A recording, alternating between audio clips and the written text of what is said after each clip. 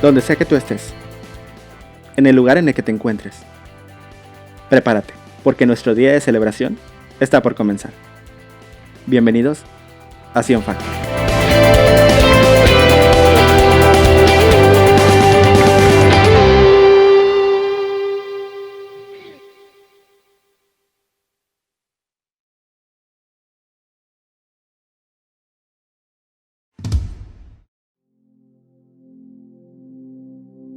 Que la gracia y la paz de nuestro Señor Jesucristo sea con todos y cada uno de ustedes. Les saludo afectuosamente dándole la bienvenida a Sion Factors, donde creemos que la experiencia con Dios es el factor que nos mueve siempre hacia adelante. Gracias por acompañarnos. El tema de hoy, o el título del mensaje de hoy, es Todo es con un fin. Escucha bien, no hay nada que Dios haga o realice sin un propósito. Es más, nada puede suceder sin que Dios primero lo haya predeterminado. Y una de esas predeterminaciones que tendrán que tener su cumplimiento en los tiempos finales, y es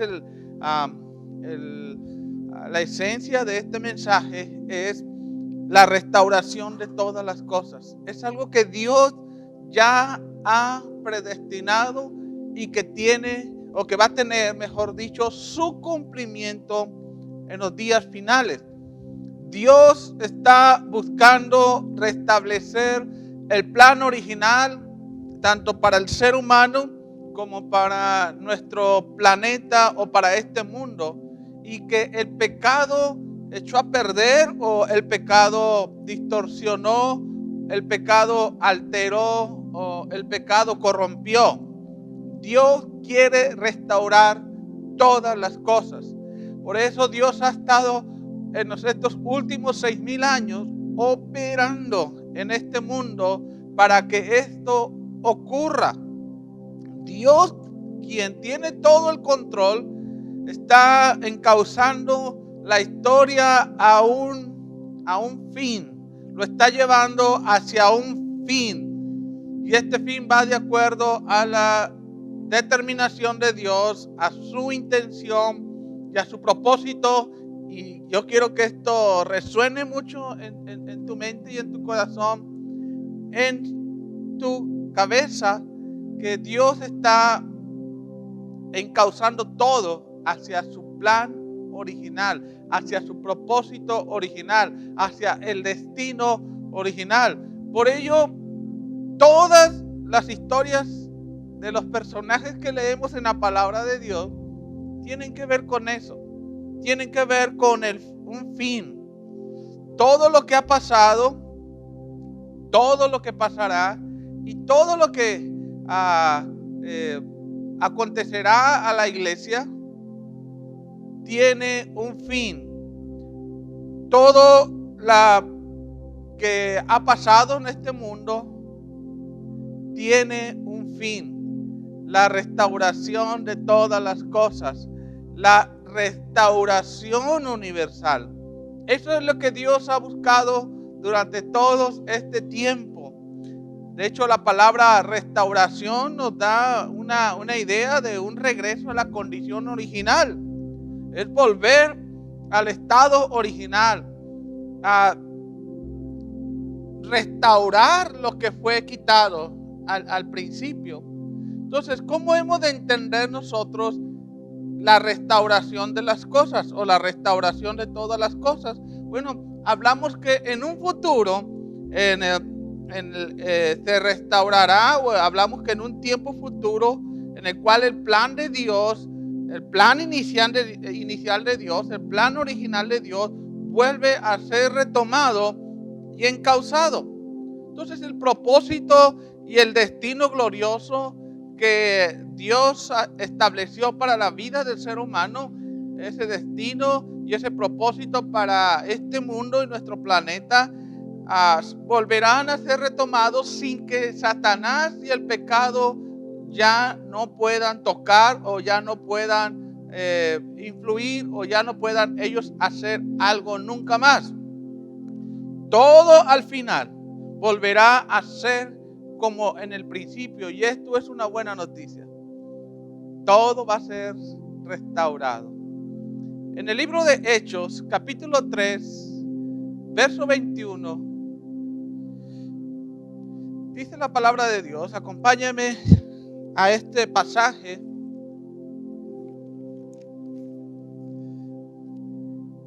Hechos capítulo 3, verso 21. Dice la Escritura: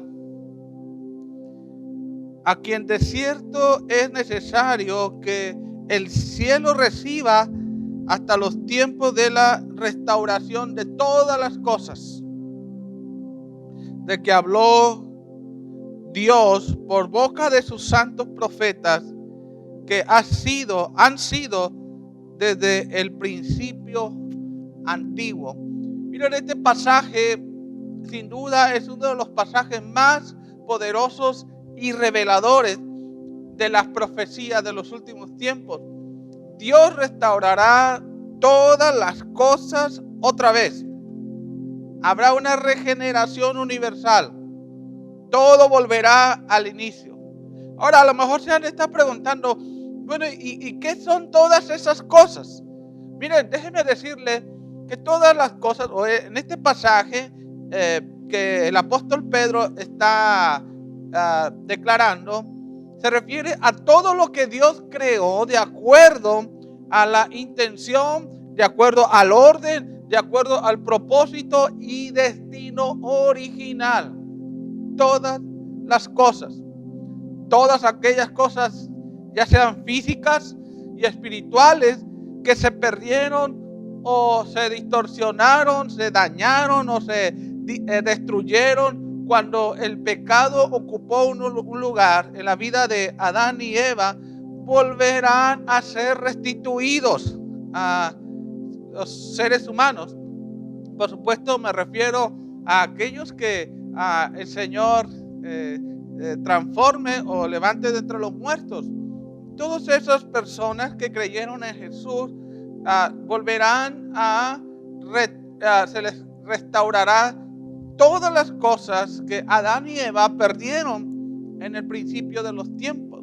Por ejemplo, esto incluiría cielos nuevos y tierra nueva, la inmortalidad del cuerpo, el procrear, la imagen y semejanza de Dios, la vida en plenitud de armonía, nuestra identidad, seguridad y significado. La comunión volverá a ser perfecta con el Creador. Entonces, estas solo son algunas cosas que volverán a ser restauradas de como quedó o como Dios lo creó en el principio. Entonces, hemos de ver la restauración de todas las cosas como volver a alinearse al plan eterno de Dios sobre nosotros y sobre toda la creación.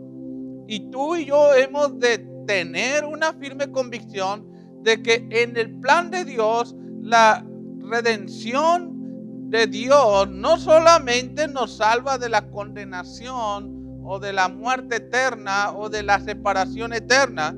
No, la redención también incluye la restauración a la humanidad o al pueblo de Dios o a los hijos de Dios que fue dañado y fue distorsionado o destruido. Entonces Dios restaurará todo lo dañado y lo volverá al principio. Todo volverá a su cauce normal. Y alguno también se pudiera preguntar, bueno, pastor, ¿y cuándo van a suceder todas estas cosas? Ya lo decía la semana pasada y compartía con ustedes que la mejor manera de interpretar la escatología bíblica o las profecías de los últimos tiempos es verlo en etapas de un proceso, siendo precisamente la restauración de todas las cosas, escuche bien, el fin, la conclusión de ese proceso. El fin de todo es la restauración de todas las cosas. La semana pasada ya estudiábamos y señalaba que en esta primera etapa del proceso para restaurar todas las cosas, hablamos sobre el arrebatamiento de la iglesia.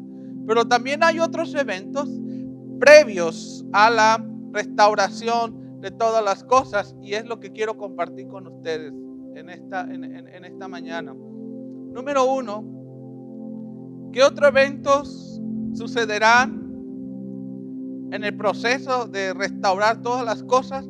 El periodo de la tribulación. Acompáñame al libro de Mateo, capítulo 24.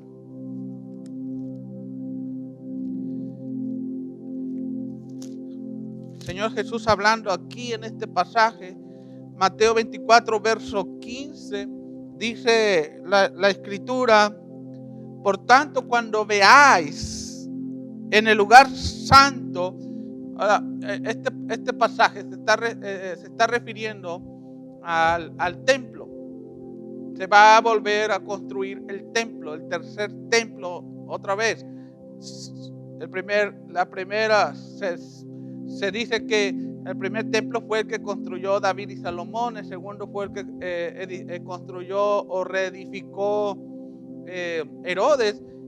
Y en los últimos tiempos se volverá a reconstruir el templo. Entonces, una vez construido el tercer templo, dice que la abominación desoladora, esta es una referencia directa al anticristo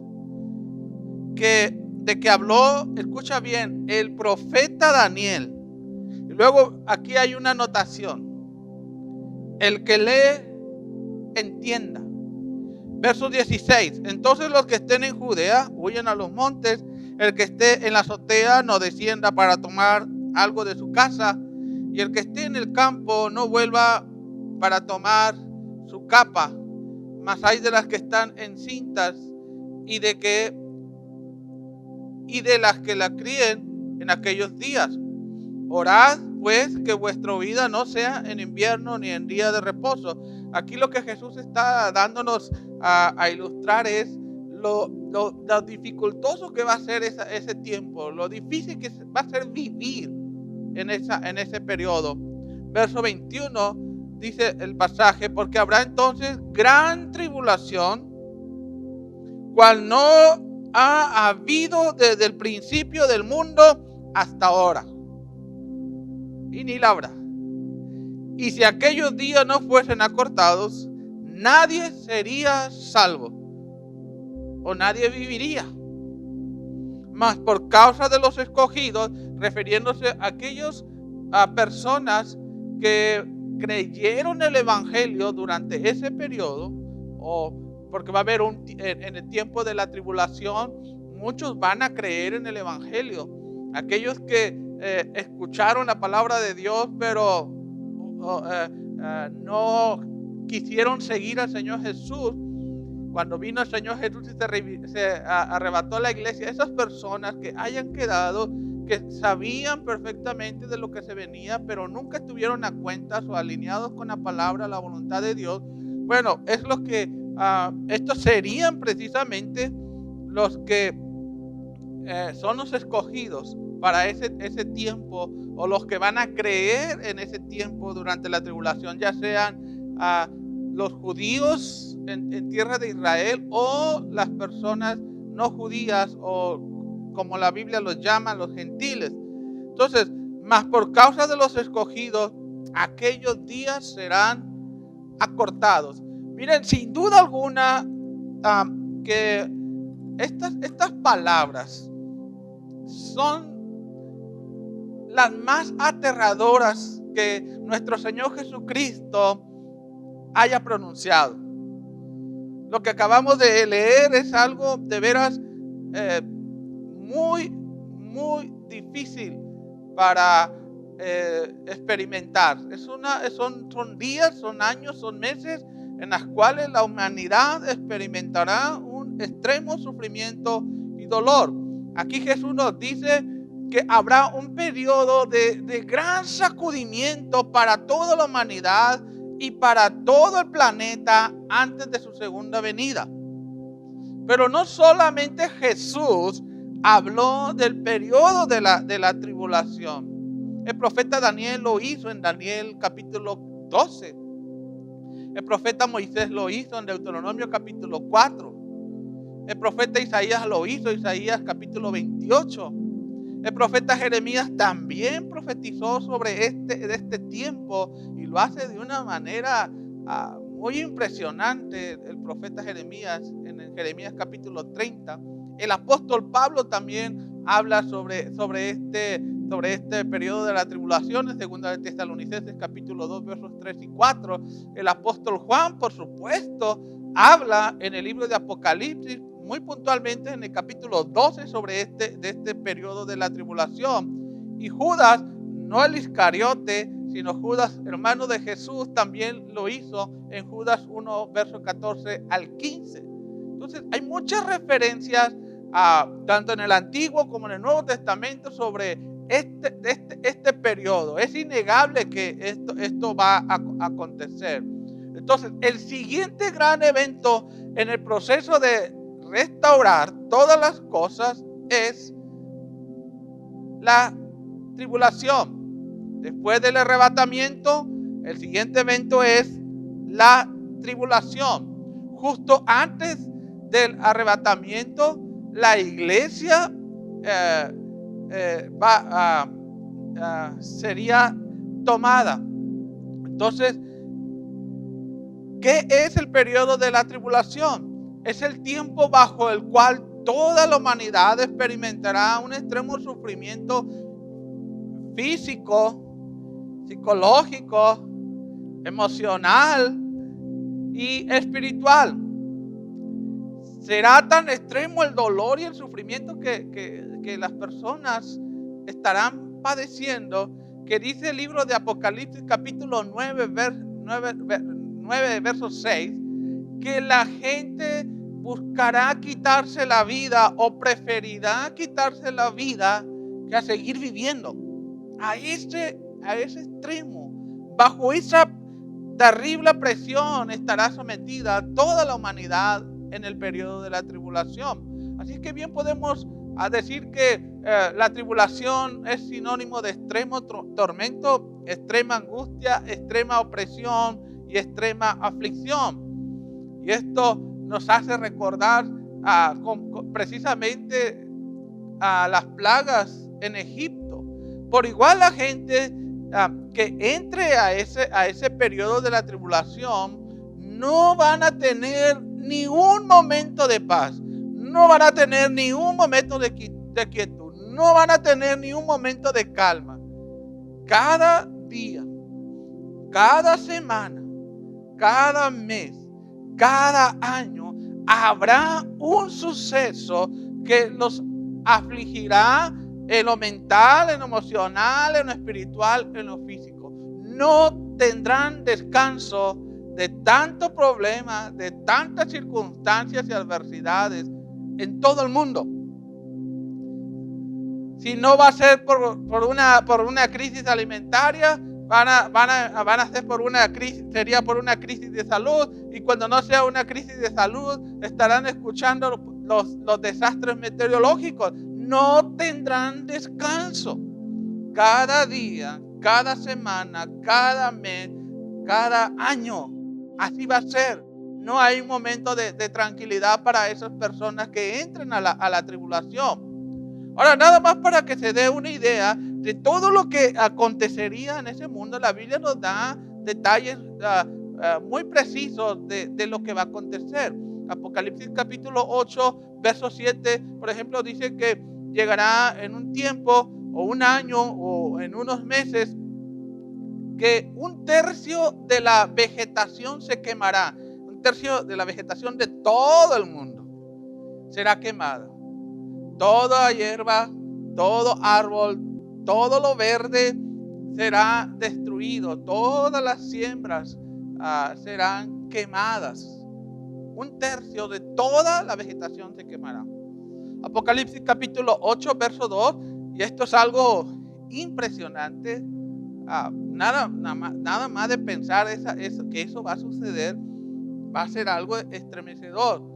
Dice Apocalipsis 8:12 que se reduciría una tercera parte de la intensidad del sol. El sol ya no irradiaría su calor como hasta hoy. Nosotros los hemos experimentado. Entonces la pérdida de calor solar ocasionará una baja radical de la temperatura.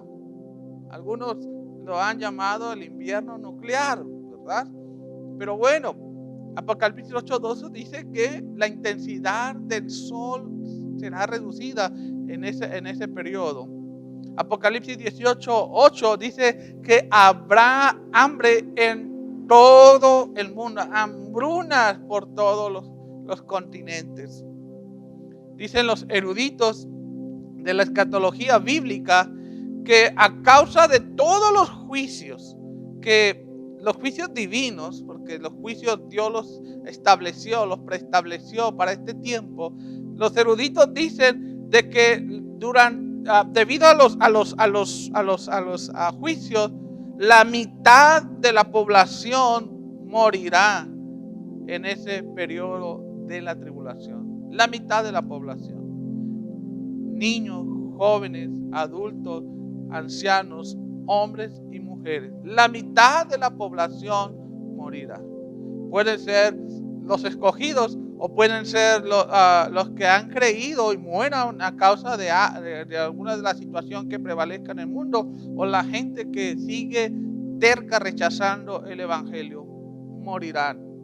La mitad de la población. Entonces no hay forma que las personas escapen a la tribulación. Por eso es lo que Jesús decía aquí, que quería resaltar eso, que no hay forma, no hay escapatoria de la tribulación. A donde quiera que quieran, a donde quieran huir, allí va a haber una situación que los afligirá en extremo. No hay forma que las personas escapen de la tribulación. Y será así porque la tribulación se va a caracterizar por los diferentes juicios expresados, y lo leemos esto en Apocalipsis capítulo 6, en el capítulo 9 y en el capítulo 16, en sellos, trompetas y copas. Estos sellos, estas trompetas y estas copas representan el juicio divino para este mundo. Y cada juicio son actos distintos que traen destrucción y calamidad a la tierra y a la humanidad. Entonces, de eso nadie se va a escapar. Aún, puntualizo aquí, aún los que sean salvos durante el periodo de la tribulación. Pero quiero señalar algo importante aquí, que la iglesia no estaría destinada a padecerlo, lo que dice la palabra en 1 Tesalonicenses 5:9. El creyente será liberado de ese periodo de la tribulación, de acuerdo a Romanos 5:9. Ya la iglesia, recuerden, ya ha sido levantada, ya ha sido arrebatada de este mundo y está en un momento y tiempo especial en la eternidad con el Señor Jesucristo. Ahora, una pregunta importante a responder es: ¿cuánto tiempo duraría el periodo de la tribulación? Bueno, de acuerdo a la palabra de Dios, el periodo de la tribulación duraría 7 años. Esto está determinado por la profecía de las 70 semanas de Daniel. Usted con detenimiento lee en Daniel capítulo 9, versos 24 al 27. Allí se habla con un detalle muy preciso sobre las semanas de años, o una semana de años.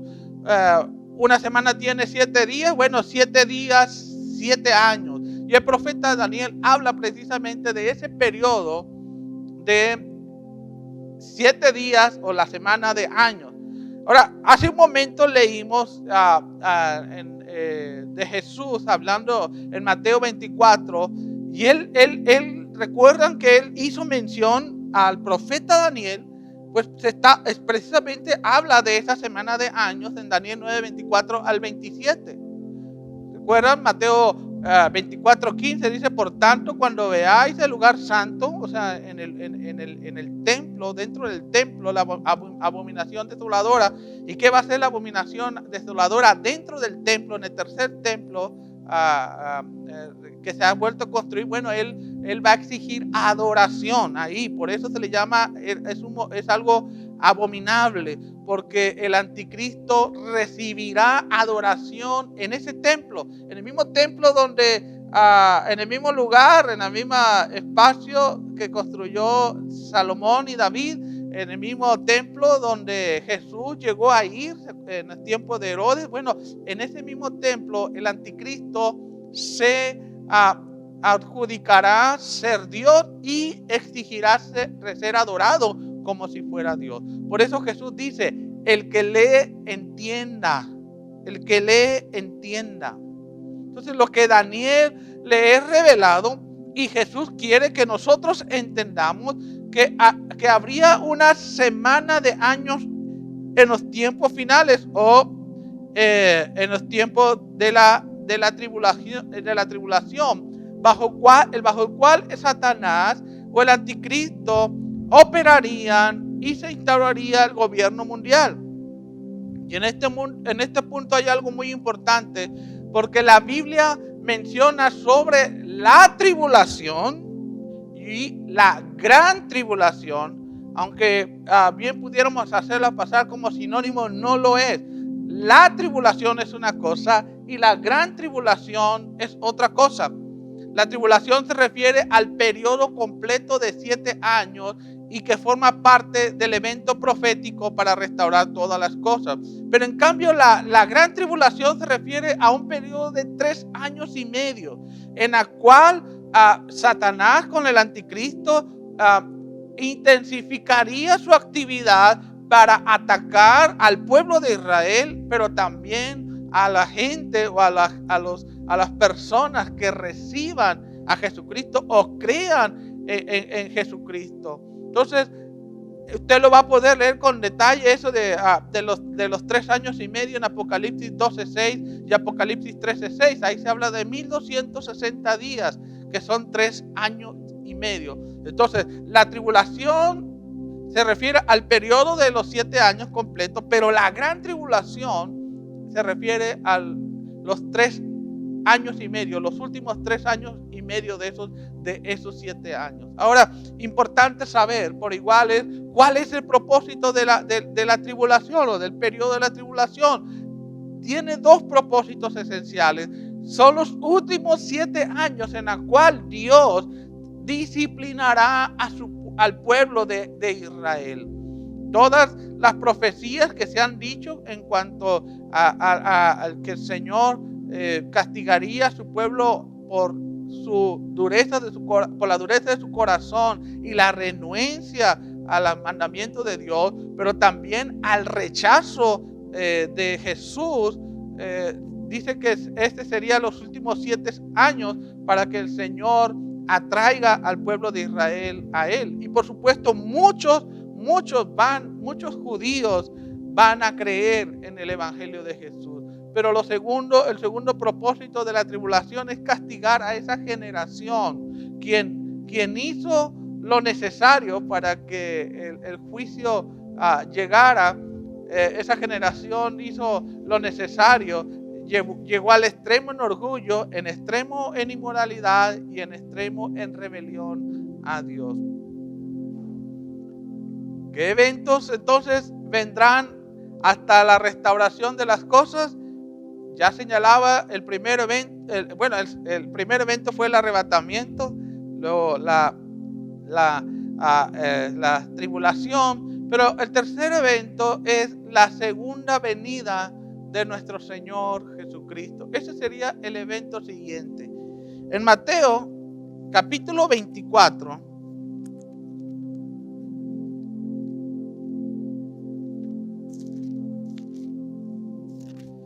Mateo capítulo 24, verso 29. dice el Señor Jesús, e inmediatamente después de la tribulación de aquellos días, el sol se oscurecerá. Quiero que vean mucho estos detalles. El sol se oscurecerá y la luna no dará su resplandor y las estrellas del cielo caerán y las potencias de los cielos serán conmovidas. Verso 30 dice, entonces aparecerá la señal del Hijo del Hombre en el cielo. Y entonces lamentarán todas las tribus de la tierra y verán al Hijo del Hombre viniendo sobre las nubes del cielo con poder y gloria. Y enviará a sus ángeles con gran voz de trompeta y juntarán a sus escogidos.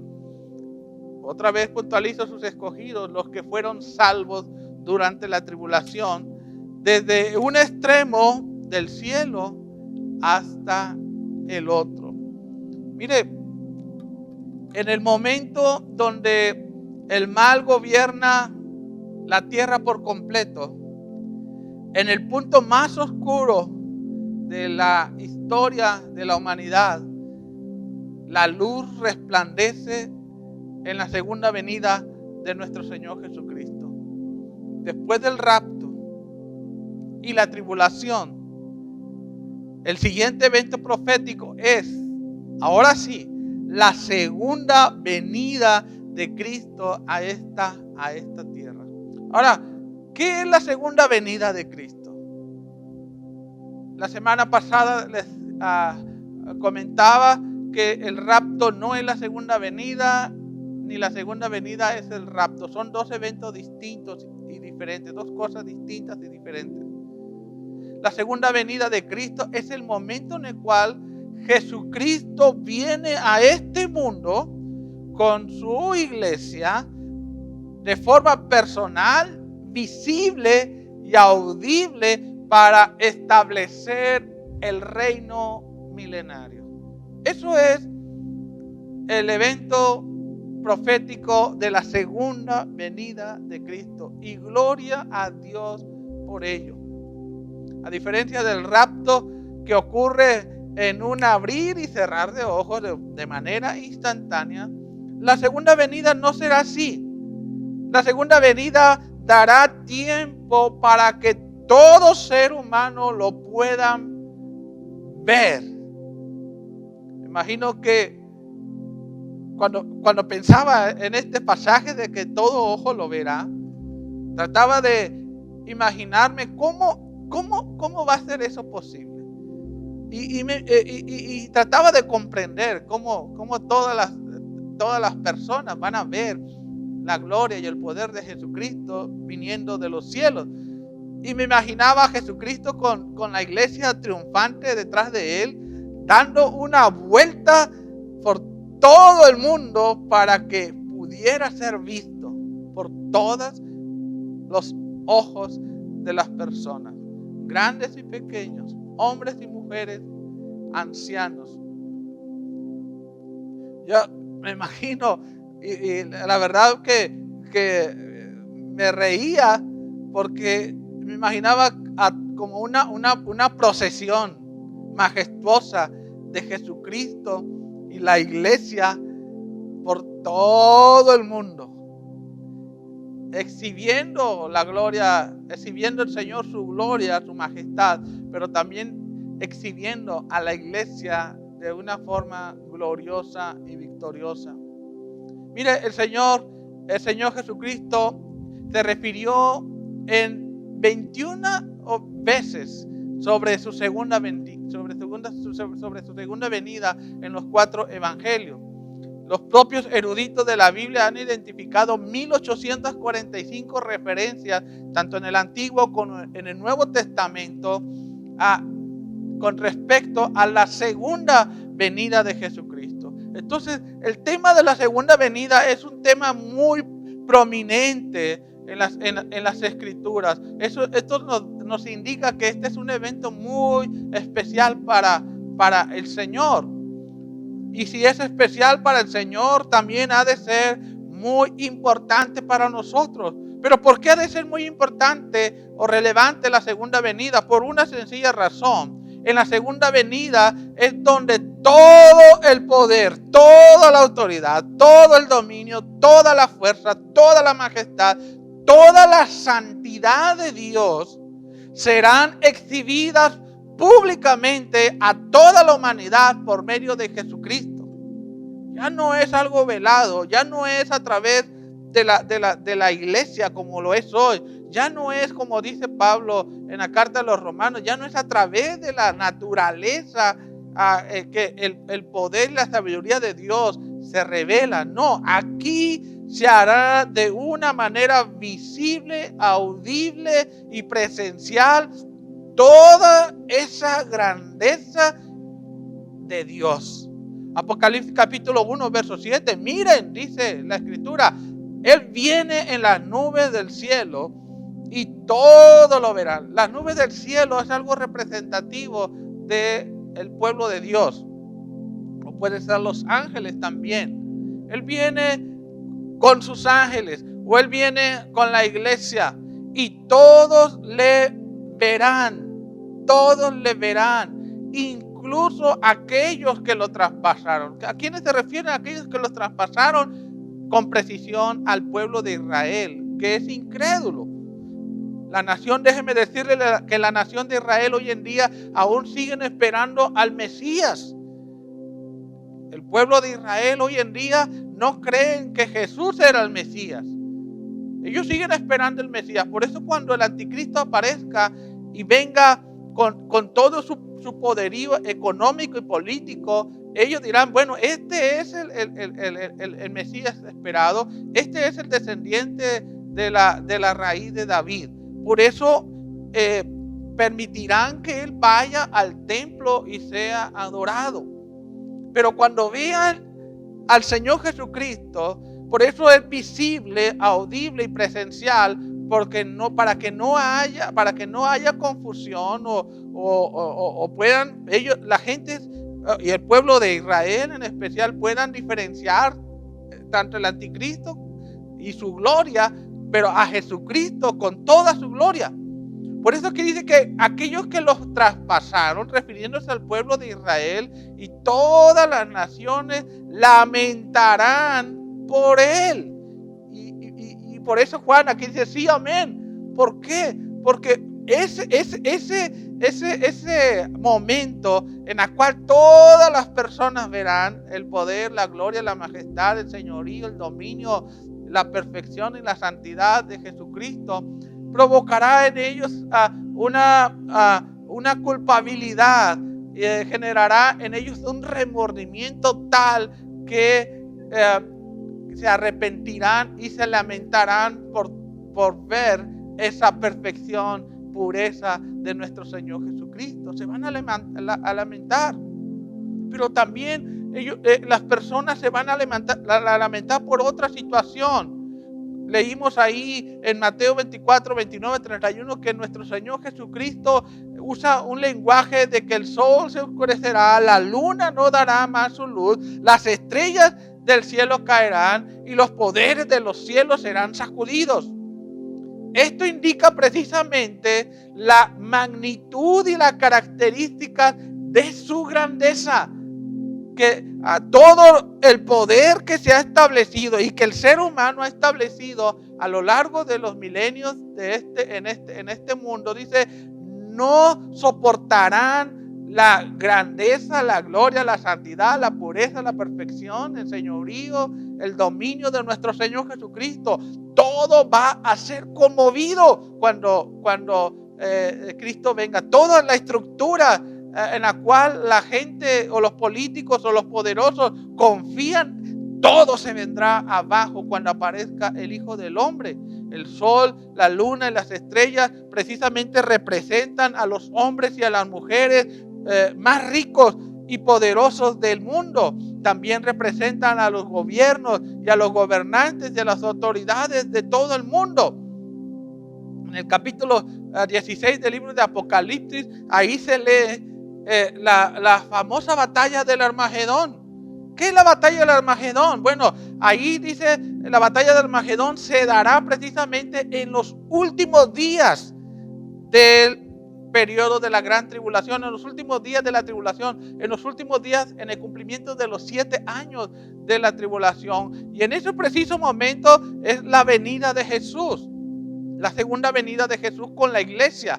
En Joel capítulo 3 y Apocalipsis 19 dice que en esa batalla del Armagedón, dice que todos los reyes o todos los gobernantes del mundo con todos sus ejércitos se reunirán para luchar contra el Señor. Imagínense eso. El lugar Armagedón es propiamente debe de decir Megido. Y si usted ve un poco de la geografía en tierra de Israel, ese lugar existe hoy en día y es un enorme valle. Pues en ese valle, ahí es donde se dará la batalla del Armagedón o la batalla de Megido.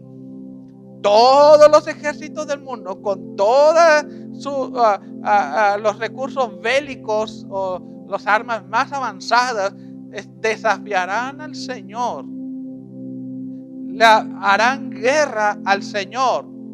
Las naciones, de hecho ahí en Apocalipsis capítulo 19, si usted lo lee con mucho detalle, con mucha precaución y detenimiento, dice, ahí va a leer de que son los demonios quienes inspirarían a los gobernantes a prestar o ir a la guerra contra el Señor Jesucristo en su segunda venida, a luchar contra el Señor. Pero ¿qué acabamos de leer ahorita en Mateo capítulo 24? Jesús dice al respecto, todos ellos serían estremecidos. El sol, la luna van a caer, dice, los poderes o las autoridades elevadas van a sucumbir ante su gloria, su poder, su majestad y su señorío. Eso va a ser algo sumamente poderoso e impresionante. Jesús dice, todos ellos serían humillados, todos ellos serían avergonzados, derrotados, y todo ese ejército que se reúna a pelear contra el Señor en el Megido, en el Armagedón, van a ser aniquilados o morirán. Apocalipsis capítulo 19, verso 21 dice, todo su ejército fue aniquilado por la espada afilada que salía de la boca del que montaba el caballo blanco. Por supuesto, la espada afilada de su boca es un simbolismo. Dice que, bueno, podemos entender, bueno, dice el libro de Hechos de que a su palabra, tan solo a su palabra, fueron creadas todas las cosas que vemos. Ahora, a una palabra del Señor Jesús, de su poderío, van a morir.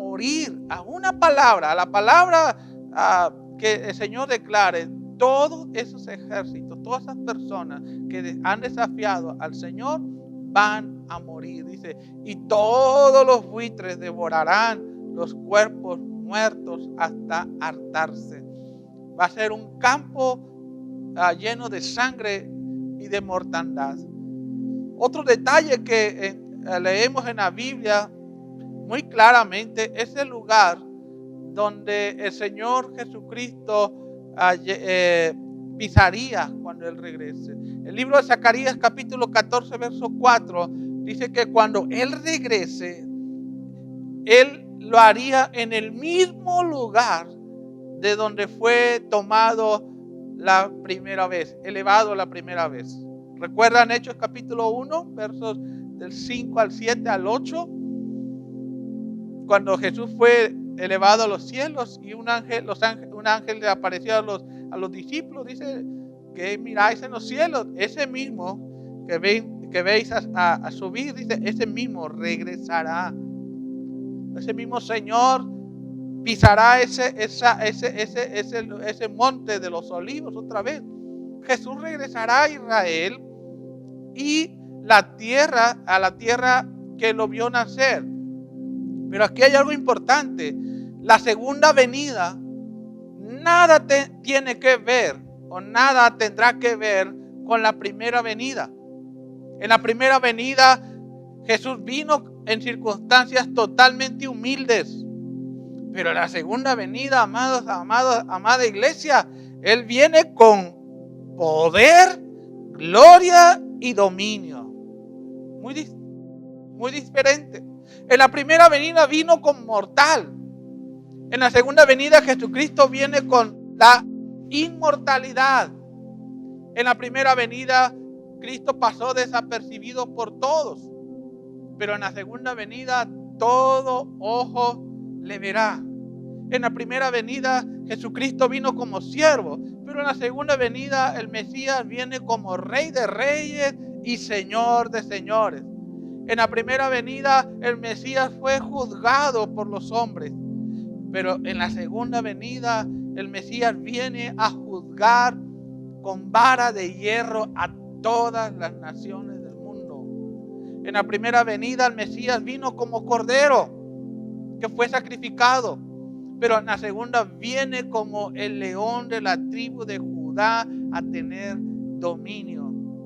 En la primera venida el Mesías fue despreciado, fue rechazado y fue avergonzado. Pero en la segunda venida el Mesías viene con autoridad, dominio sobre todo lo creado. En la primera venida el Mesías vino a salvar. En la segunda venida el Mesías viene a reinar. En la primera venida el Mesías vino a la tierra como un bebé recién nacido. Pero en la segunda venida el Mesías viene a la tierra como un guerrero conquistador. Nada tiene que ver la primera venida con la segunda venida. El libro de Hebreos dice que cuando sea la segunda venida, el Mesías vendría sin relación con el pecado. Entonces Cristo en su venida estaría acompañado por su iglesia y por sus ángeles. Tiene algunas razones de ser. La segunda venida tiene como propósito juzgar al mundo. La segunda venida tiene como propósito librar a aquellos que creyeron en la tribulación. La segunda venida tiene como propósito también el avivamiento de la nación de Israel para que se conviertan a Jesús y lo reconozcan como el Mesías que vino. Pero también la segunda venida tiene como propósito establecer el mundo milenario. Y este es el tercer evento que quiero compartir con ustedes, que es el evento, el cuarto evento en la restauración de todas las cosas, el milenio. En Apocalipsis capítulo 20,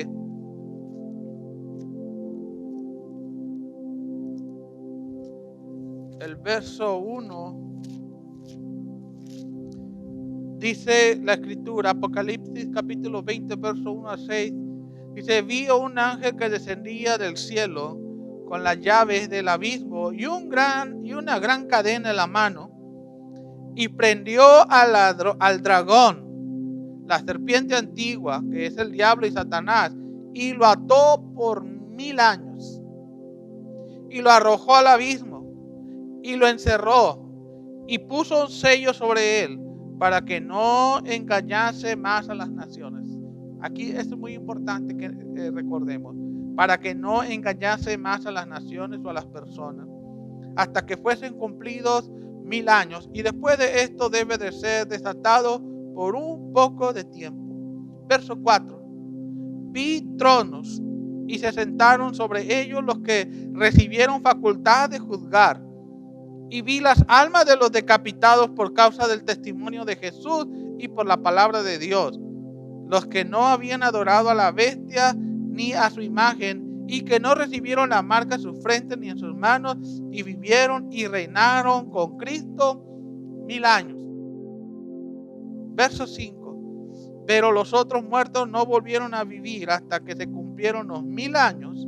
Esta es la primera resurrección. Se refiere, la semana pasada hablamos sobre que los muertos en Cristo resucitarán, y que cuando Cristo venga en el arrebatamiento solamente resucitarían a los que murieron en el Señor.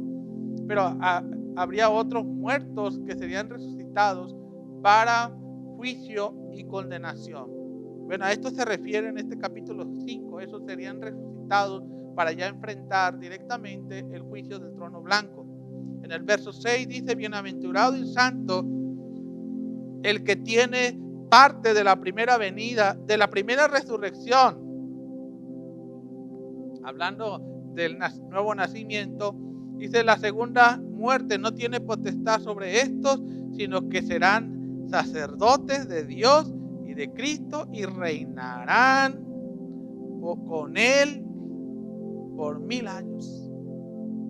La iglesia reinará con el Señor Jesús por 1000 años. Ahora quiero que pongan mucha atención. ¿Te puedes imaginar vivir en este mundo sin temor, sin corrupción y sin violencia? ¿Te puedes imaginar vivir en este mundo sin ser engañados, sin asesinatos, sin robos, sin adulterios y fornicaciones?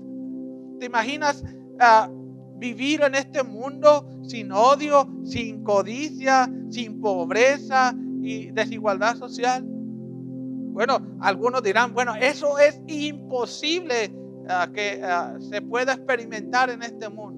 Pues déjame decirte que esto va a ser posible precisamente en el reino milenario o en el reino del milenio.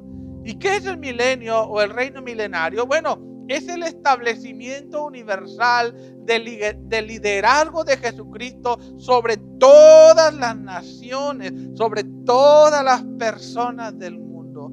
Es el establecimiento del gobierno de Jesús sobre todas las personas.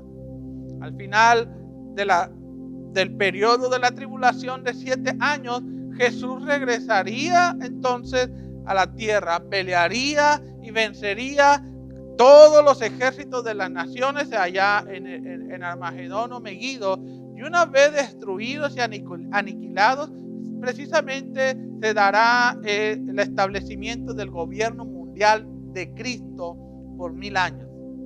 En Daniel capítulo 7, verso 14, dice: se le dio autoridad, honra y soberanía sobre todas las naciones del mundo, para que lo obedecieran los de toda raza, nación y lengua. Su gobierno es eterno, no tendrá fin, su reino jamás será extendido. Y aquí se va a cumplir todas aquellas profecías con respecto que se levantará uno del linaje de David, en el cual su reino se establecería por siempre. Bueno, el cumplimiento de esa profecía se da a Jesucristo, siendo reconocido como el rey de todo el universo y el rey de este mundo. Y durante el reino milenario, ese sí va a ser un tiempo de paz, ese sí va a ser un tiempo de justicia, ese sí va a ser un tiempo de gran prosperidad generalizada. El reino de Cristo florecería en medio de todo pueblo y en cada pueblo de la faz de la tierra. Entendemos con el milenio que, y lo acabamos de leer ahorita en el libro de Apocalipsis, que al ser encadenado Satanás y el dragón, entendemos que entonces que el pecado ahí sería arrancado de la tierra, la maldad propiamente dicho sería arrancada de la tierra para establecer un nuevo estado espiritual, un estado de verdadera paz, de verdadera alegría, gozo, armonía, justicia, rectitud, bondad y sobre todo seguridad. En Isaías capítulo 2, verso 4 dice: nunca más alguna nación volverá a pelear con otra, ni se enfrentarán aún para la guerra. Mire, será tan impactante, tan radical el cambio de gobierno. o el hecho de que se ha arrancado la maldad de la tierra, que aún la propia naturaleza de los animales salvajes cambiaría. En Isaías capítulo 11, versos 6 al 8 dice: en ese día el lobo y el cordero vivirán juntos. Ahorita ni pensarlo, ¿verdad? El leopardo se echará junto al cabrito. El ternero y el potro estarán seguros junto al león. Y un niño pequeño los guiará a todos. El verso 7 dice: la vaca pastará cerca del oso, y el cachorro y el ternero se echarán juntos. Y el león, y uno dice, bueno, pues ahorita los animales se alimentan de carne. Bueno, como cambiará la naturaleza, volverán las cosas como al principio. El verso 7 dice: el león comerá heno como las vacas, pastará. El verso 8 dice: el bebé, y esto a mí me llenaba mucho, me daba mucho sensaciones en mi corazón. Dice este verso 8: el bebé jugará seguro de la guarida, cerca de la guarida de la cobra. En la Reina Valera 60 dice: de las pid. Así es, un niño pequeño meterá la mano en un nido de víboras mortales y no les pasará nada.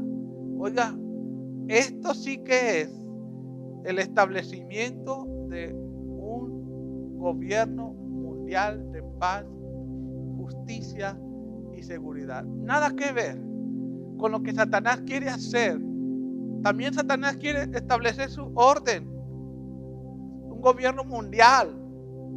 Y lo vamos a ver durante el periodo de la tribulación, pero lo único que va a traer es más daño al mundo. No habrá paz, no habrá tranquilidad y ni mucho menos seguridad. Pero cuando el Señor Jesús establezca su reino mundial o su gobierno mundial, ahí sí verdaderamente experimentaremos gran paz, gran tranquilidad, justicia y seguridad. Durante el milenio el mundo será muy diferente al mundo de hoy. ¿Y sabe por qué va a ser diferente? Porque Satanás ya no incitaría a las personas a pecar. Apocalipsis es lo que leímos hace un momento. En Apocalipsis capítulo 20, verso 1 dice que el ángel del Señor bajó del cielo con las llaves del abismo. Recuerde que las llaves representan autoridad. Entonces a un ángel se le dará la autoridad de dominar a Satanás, lo arrojará al abismo, lo sujetará, dice, para que ya no engañe o ya no incite al ser humano a pecar contra Dios. Mire, el establecimiento del gobierno mundial de nuestro Señor Jesucristo será el punto de quiebre para la humanidad y para todo este mundo, porque la influencia de Satanás, que ejercía sobre la humanidad desde los días de Adán y Eva hasta el día de hoy, terminarán, cesarán. Satanás ya no podrá más influir a la humanidad ni engañar a las naciones por un periodo de 1000 años. La gente que sobrevivió, y esto es muy importante que usted lo escuche y tenga entendimiento, la gente que sobrevivió de la tribulación. Hace un momento compartía que los eruditos de la escatología bíblica señalan que debido a los juicios divinos que se desatarían sobre la tierra durante el periodo de la tribulación de 7 años, la mitad de la población moriría. Bueno, la gente que sobreviva a la tribulación entraría al reino milenario, y ellos por supuesto vivirían no como nosotros, porque recuerden que la promesa es que la iglesia o los hijos de Dios vivirían en sus cuerpos inmortales, vivirían en este mundo como herencia por haber permanecido en la fe, haber seguido al Señor Jesucristo y haber aceptado, haber recibido su perdón. Pero la gente que salga de la tribulación, ellos vivirían como mortales. Ellos morirían en buena vejez, serían capaces de casarse, de tener hijos o reproducirse. Para ellos seguiría su vida de forma normal, pero para la iglesia no. Ya recuerden que nosotros estaríamos aquí con cuerpos inmortales.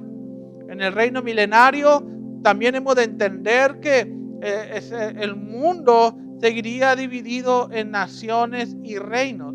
México seguiría siendo México, Brasil seguiría siendo Brasil y Guatemala seguiría siendo Guatemala, pero con una enorme y gran diferencia, que los que gobernarían sobre todas las naciones serían los hijos de Dios, y a Jesús como Rey y soberanos de todas las naciones. Recuerden una cosa importante: Dios fue el que diseñó las posiciones o los puestos de autoridad para gobernar este mundo. No fue Satanás, no fue idea de los seres humanos, no. Los puestos de autoridad que hoy conocemos están diseñadas por Dios para gobernar. Pero en el plan original de Dios era que Adán y Eva, al procrear hijos de acuerdo a la imagen y semejanza de Dios, ocuparían esos puestos de autoridad. Recuerden que el propósito de Dios era llenar la tierra, pero con la imagen y semejanza de Dios. Y al ir creciendo, por supuesto, Dios establecería posiciones de autoridad para regir este mundo. En el cielo pasa igual. En el cielo no es nada más llegar y presentarte ante la presencia de Dios. Hay posiciones de autoridad, hay jerarquías de quienes pueden entrar directamente a la presencia del Señor. En el cielo hay posiciones de autoridad, y esas mismas posiciones de autoridad se establecieron para gobernar en este mundo. Aunque ahora, por supuesto, nosotros vemos que esas posiciones de autoridad están ocupadas por Satanás, influyendo a las personas. Entonces Satanás es quien gobierna a través de las personas y ha creado un sistema en todo el mundo para regir este mundo, nuestro planeta y las vidas. Por eso cuando Cristo venció en la cruz del Calvario, leemos que Cristo exhibió esas posiciones de autoridad. Pablo habla de esas posiciones de autoridad, ¿verdad? En Efesios capítulo 6. Pero todas esas posiciones de autoridad quienes los ocupan en estos momentos, Satanás y sus seguidores, o las personas a quien él influye para que los ocupe, serán quitados. Y será la iglesia quienes ocupen todas esas posiciones de autoridad. Y esto que escucho no es un disparate, no lo considere un disparate, porque el modelo ya lo tenemos. El modelo, por ejemplo, cuando con Israel, cuando salió de Egipto, se estableció ese modelo de gobierno. Moisés, por ejemplo, fue un hombre que gobernó sobre la nación de Israel, pero era Dios a través de él gobernando la nación de Israel. Cuando vemos la historia de los reyes, vemos claramente que la intención de Dios establecer reyes que gobernaran a la nación de Israel era Dios influyendo al rey, o influyendo poco antes de los reyes a los jueces, para gobernar al pueblo de Dios. Esto es lo que entendió precisamente Gedeón. Cuando Gedeón venció a los amalecitas, a los enemigos, dice que toda la nación de Israel se juntó y a una voz comenzó a gritar: tú gobiérnanos a nosotros, tú gobiernas sobre nosotros. Y me impresiona mucho la respuesta de Gedeón en Jueces capítulo 8, verso 23. Él dice, ni mi hijo ni yo los gobernaremos. Dice, quien los va a gobernar es Dios. Por supuesto, él fue juez, pero él dejó claro que el que mandaba era Dios. Dios lo influiría a él para gobernar al pueblo. Esa siempre ha sido la intención de Dios, que esos puestos de autoridad sean ocupados por sus hijos para traer orden. Las posiciones de autoridad están diseñadas para gobernar y traer orden en una sociedad. Lo mismo va a pasar en el reino milenario. La iglesia ocuparía esos puestos de autoridad. Aunque Satanás a través de los individuos en estos momentos ocupa esos puestos de autoridad, déjenme decirles que los pecadores ya han gobernado por demasiado tiempo y han hecho un caos. Han vuelto cabeza todos los principios que deben de regir una nación. Y en el milenio será el tiempo del gobierno de Cristo juntamente con la iglesia. Hoy las naciones del mundo establecen sus gobiernos por ya sea capitalistas o socialistas. Una es peor que la otra. Las dos son malas, pero una es peor que la otra. Pero en el gobierno de Cristo, el estilo de gobernar sería teocráticamente. Es Dios gobernando a través de sus hijos. Dios a través de sus hijos.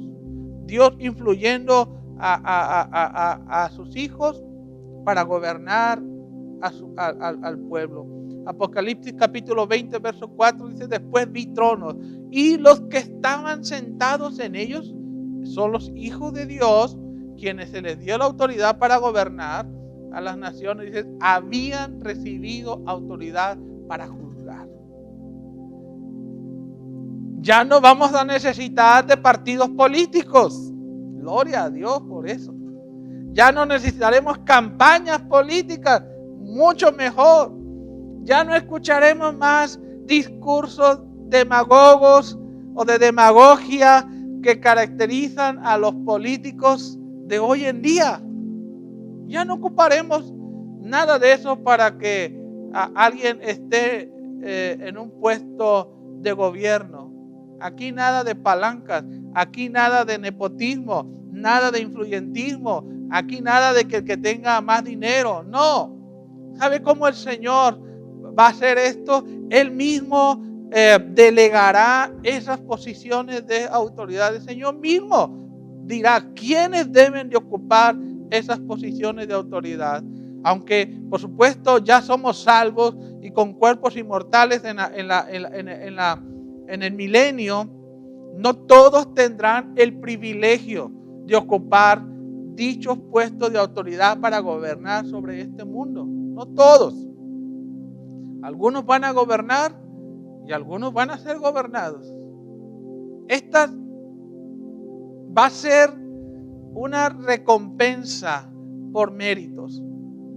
¿Se acuerdan la parábola de Jesús de los talentos en Mateo 25, 33? En lo poco podemos referirnos a lo que hicimos en esta vida. ¿Qué tanto hiciste por la causa de Dios? ¿Cómo viviste tu vida para el Señor? ¿Cuántas almas ganaste? ¿Cumpliste con el propósito y diseño de Dios para ti durante mientras vivías en este cuerpo? Bueno, el Señor recompensará por méritos o dará esos puestos de autoridad por méritos durante el milenio. En lo poco o en esta vida actual fuiste fiel, en lo mucho te pondré. Y en lo mucho podemos verlo precisamente en el reino milenario, gobernando y juzgando a las naciones. Mire, quiero terminar diciéndolo, en el reino milenario viviremos en un mundo perfecto, en nuestros cuerpos inmortales, teniendo como Rey y Señor a Jesucristo, nuestro Señor. Qué tiempo tan glorioso nos espera a cada uno de nosotros. Mantente firme, mantente alerta. Prepárate para la venida del Señor Jesús. Todos los días y cada día, el resto de tus días, de tu vida, lo has de vivir así. Siempre a cuentas con el Señor. Como si el Señor viniera el día de hoy, tienes que estar viviendo. Para nosotros tener y formar parte de este proyecto del Señor. Y que seamos arrebatados. Y que cuando el Señor Jesucristo venga en su segunda venida, nosotros seamos de ese grupo que le acompaña y viene a regir a este mundo. Quiero orar contigo. Allí donde estás, toma una actitud de reverencia al Señor y dile al Señor Jesús, exprésale tu compromiso, tu deseo de seguirle al Señor. Amado Señor Jesús, qué gran privilegio tenemos al vivir para ti. Qué privilegio estar en Cristo. Tenemos esta maravillosa esperanza, grandiosa esperanza de toda una vida en la eternidad. Todo lo que tú has preparado para nosotros, Señor, es demasiado grande para comprenderlo. Con todos estos bienes venideros, Señor, que se vienen, lo cierto es que nuestra vida mortal en este mundo es tan solo un grano de arena en el vasto e inmenso mar. Por ello, en esta hora, Señor, queremos expresarte nuestra voluntad de seguirte, amarte con todo mientras viva en este cuerpo mortal, Señor Jesús. Queremos servir a tu iglesia, queremos servir a tu causa, queremos servir al evangelio, queremos servir a tu reino. Queremos hacer todo, Señor, para tu gloria y para tu honra, amado Señor. Queremos que cuando tú vengas, halles fe. Queremos, Señor, que cuando tú vengas, nos encuentres ocupados en el bien hacer. En el nombre de Cristo Jesús. Amén. Ánimo, el Señor con nosotros.